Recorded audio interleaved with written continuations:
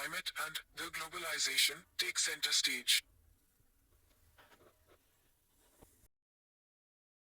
Paris, the world's political and business elites will gather for the annual Davos summit next week to promote cooperation in a fragmented world, with war in Ukraine, the climate crisis and global trade tensions high on the agenda.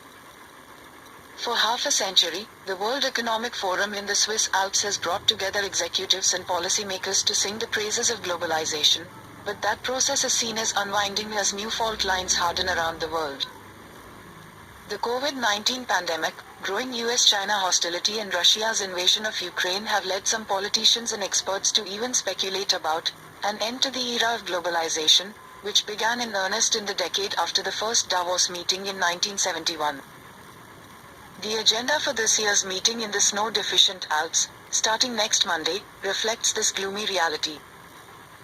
There's no doubt that our 53rd annual meeting in Davos will happen against the most complex geopolitical and geo-economic backdrop in decades. So much is at stake, said Borge Brend, a former Norwegian foreign minister who is now president of the meeting. German Chancellor Olaf Scholz and UN Chief Antonio Guterres are among the most prominent figures attending the forum, alongside nearly 400 government ministers and policymakers, 600 sources and a smattering of celebrities, including actor Idris Elba. Ukrainian President Volodymyr Zelensky will appear by video link on Wednesday for a live interview.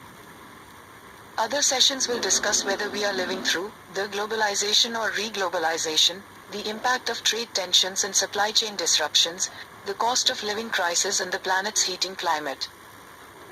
Russia is expected to miss out on the event for a second consecutive time, underlining the sea change since 2021, when President Vladimir Putin addressed delegates via video link, or 2009 when he attended in person.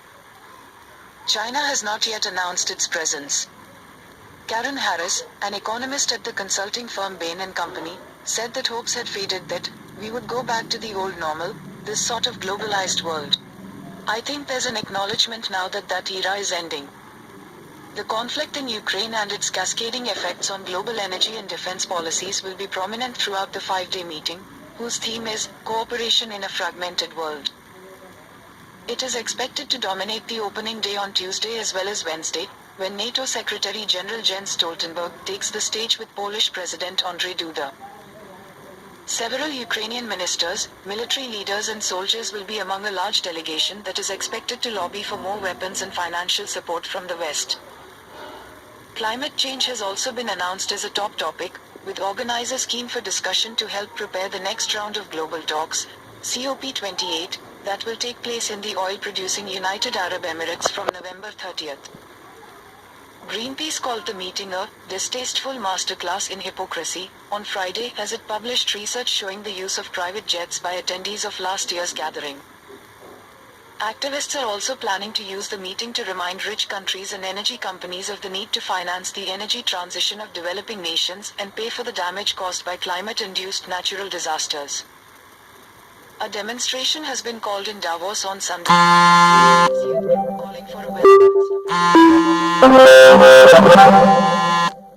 Like India, much of the most significant activity in Davos will take place behind closed doors in five-star hotels where sources and investors seize the opportunity for face-to-face deal-making and networking.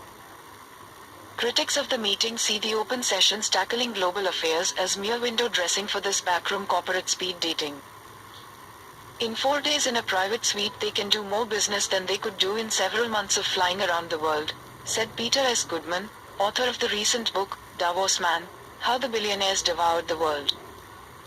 He said the most important contribution Davos could make would be to push for global tax reform in an effort to reduce economic inequalities. The idea that these people, who are the ultimate beneficiaries of the status quo, are committed to improving the state of their world just looks like a greater absurdity than ever, he said. And it's always looked like an absurdity.